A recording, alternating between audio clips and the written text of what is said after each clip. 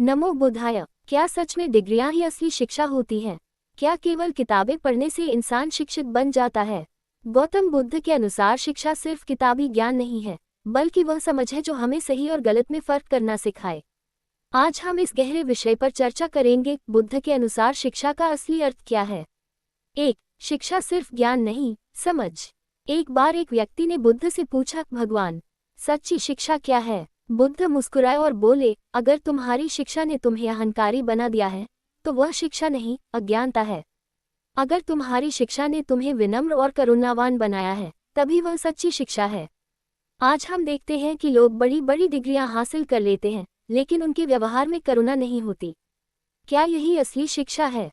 बुद्ध कहते थे, शिक्षा का उद्देश्य केवल बुद्धि बढ़ाना नहीं, बल्कि मनुष्य को दयालु और संवेदनशील बनाना भी है। 2. बुद्धि और करुणा का संतुलन।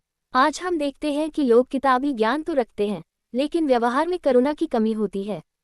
बुद्ध कहते थे, एक शिक्षित व्यक्ति सिर्फ खुद की सफलता के बारे में नहीं सोचता, बल्कि समाज के भले के लिए भी काम करता है।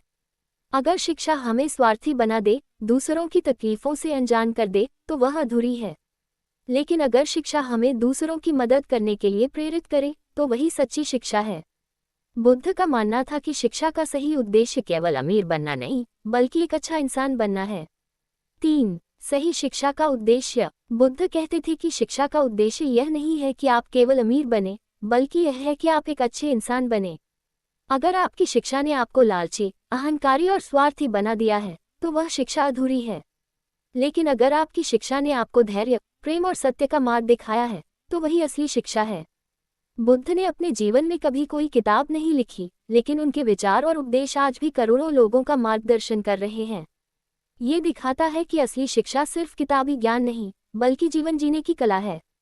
4. सच्ची शिक्षा वही जो जीवन को बदल दे। बुद्ध के अनुसार सच्ची शिक्षा वह है जो हमारे जीवन में बदलाव लाए, जो हमें अहंकार से मुक्त करे और जो हमें ये सिखाए कि दूसरों के दुख को समझना भी उतना ही जरूरी है जितना खुद की खुशी को खोजना।